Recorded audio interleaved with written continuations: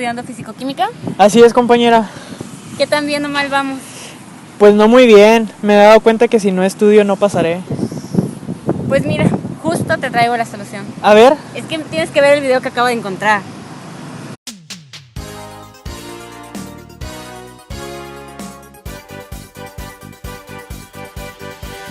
¿Cansado de reprobar todos tus exámenes de fisicoquímica?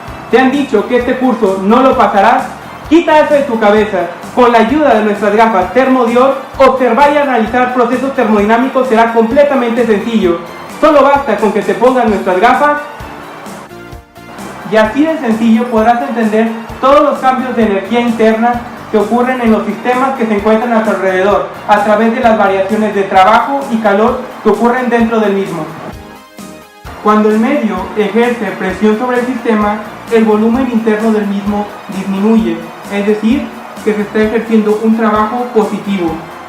Ahora, cuando el sistema ejerce trabajo sobre el medio, el volumen de este aumenta, es decir, que el trabajo ejercido es negativo.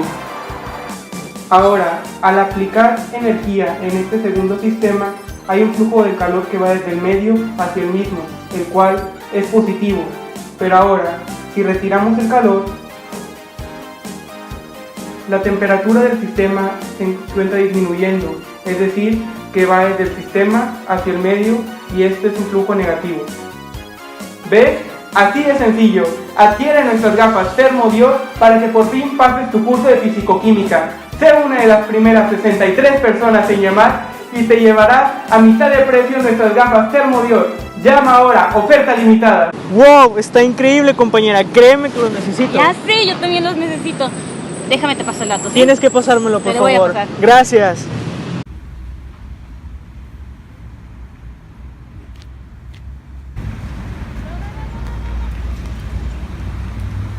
¡Wow! Los motores de los vehículos convencionales que apreciamos día con día funcionan como una máquina que obtiene energía mecánica directamente de la energía química producida por un combustible, que arde dentro de una cámara de combustión. La cámara de combustión es un cilindro, por lo general fijo, cerrado en un extremo, y dentro del cual se desliza un pistón muy ajustado al interior. La posición hacia adentro y hacia afuera del pistón modifica el volumen que existe entre la cara interior del pistón y las paredes de la cámara. Es en esta cámara donde se genera un ciclo que se compone por 4 fases. Durante la primera fase del ciclo, el pistón se mueve hacia atrás mientras se abre la válvula de admisión. El movimiento del pistón durante esta fase aspira hacia adentro de la cámara la cantidad necesaria de la mezcla de combustible y aire. Durante la siguiente fase, el pistón se mueve hacia la cabeza del cilindro y comprime la mezcla de combustible contenida en la cámara.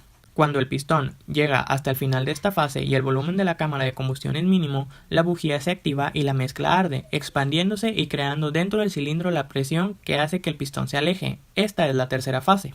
Durante la fase final, se abre la válvula de escape y el pistón se mueve hacia la cabeza del cilindro para expulsar los gases, quedando preparado para empezar un nuevo ciclo. A través de la repetición de este ciclo se consigue generar un trabajo que permite impulsar el automóvil. Es importante destacar que durante este ciclo de combustión se produce un incremento de la temperatura en nuestro sistema, lo cual nos marca una clara referencia al concepto de calor que puede ser descrito brevemente como un flujo de energía.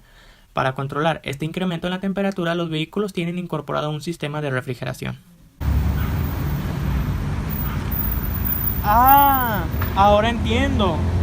El cuerpo humano puede ser considerado como un sistema termodinámico abierto, que debe mantener su temperatura constante de 37 grados Celsius. Por otra parte, está continuamente intercambiando materia y energía con sus alrededores, consumiendo energía para desarrollar los trabajos internos y externos y para fabricar moléculas estables, para lo cual necesita alimentarse, ingiriendo moléculas de gran energía libre que a partir de determinadas reacciones de combustión da lugar a productos de menor energía. Cuando una persona corre, utiliza energía que se obtiene de los alimentos. Una parte de esta se convierte en el trabajo necesario para correr y otra se convierte en el calor que hace que suba la temperatura en el cuerpo del corredor. El calor específico es la cantidad de calor que se necesita por unidad de masa para elevar la temperatura a 1 grado Celsius. Esta fórmula no se aplica si se produce un cambio de fase, porque el calor añadido o sustraído durante el cambio de fase no cambia la temperatura. Mientras que el trabajo es la cantidad de energía que fluye a través de los límites del sistema y del medio, el cual cambia la altura de una masa en el medio, en este caso el cuerpo humano con la distancia recorrida, tenemos la siguiente fórmula, donde F es la fuerza igual a la masa por la aceleración. Con estos conceptos y datos obtenidos del corredor, podemos calcular la energía interna del sistema. Los seres vivos son sistemas abiertos que intercambian materia y energía con el ambiente. Cuando en un ser vivo ocurre un proceso determinado, la energía que se pierde o se disipa es igual a la que gana o pierde el sistema, lo que conocemos como primera ley de la termodinámica. Si suponemos que nuestro corredor tiene como propósito bajar de peso, introducimos el concepto del equilibrio energético, del que nos hablan cuando se dice que para perder peso hay que comer menos y hacer más ejercicio. Sería que si ingerimos menos de lo que gastamos a través del ejercicio de las propias funciones corporales, perderemos peso y viceversa. Aunque realmente la primera ley de la termodinámica es aplicable a los seres humanos, no es tan sencillo como llenar un vaso de agua y ver cómo aumenta su nivel. Podríamos decir que este vaso se mueve y que el agua se derrama, su boca se agranda y se reduce, algunas veces el agua se evapora e incluso en algunas el agua ni siquiera es agua. Aún así, nos quedaríamos cortos con la comparación. ¿Qué habrá detrás de este refresco?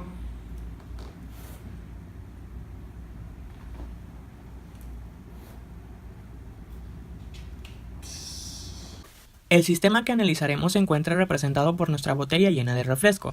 Cuando esta misma se encuentra sin abrir, es posible apreciar un pequeño espacio que queda sin líquido. En este espacio se encuentran ciertas cantidades de aire y gas carbónico.